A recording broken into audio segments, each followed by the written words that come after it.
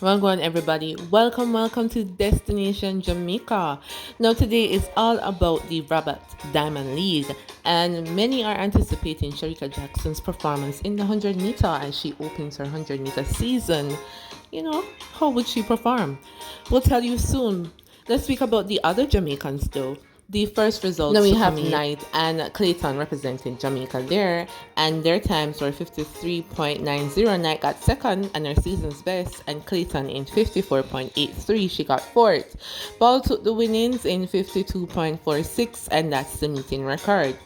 Now, also for the 100 meter for men, we have Akani. He's leading there in 9.95.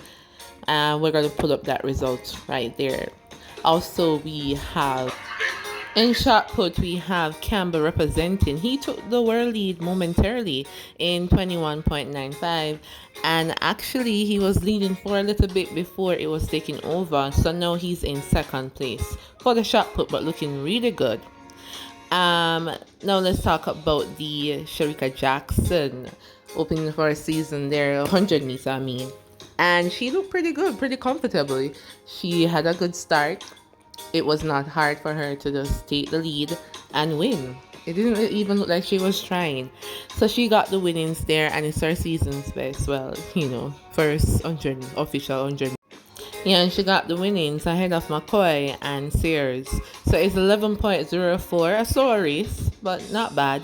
And then McCoy in 11.08, Sears in 11.11. So that's it for the results so far.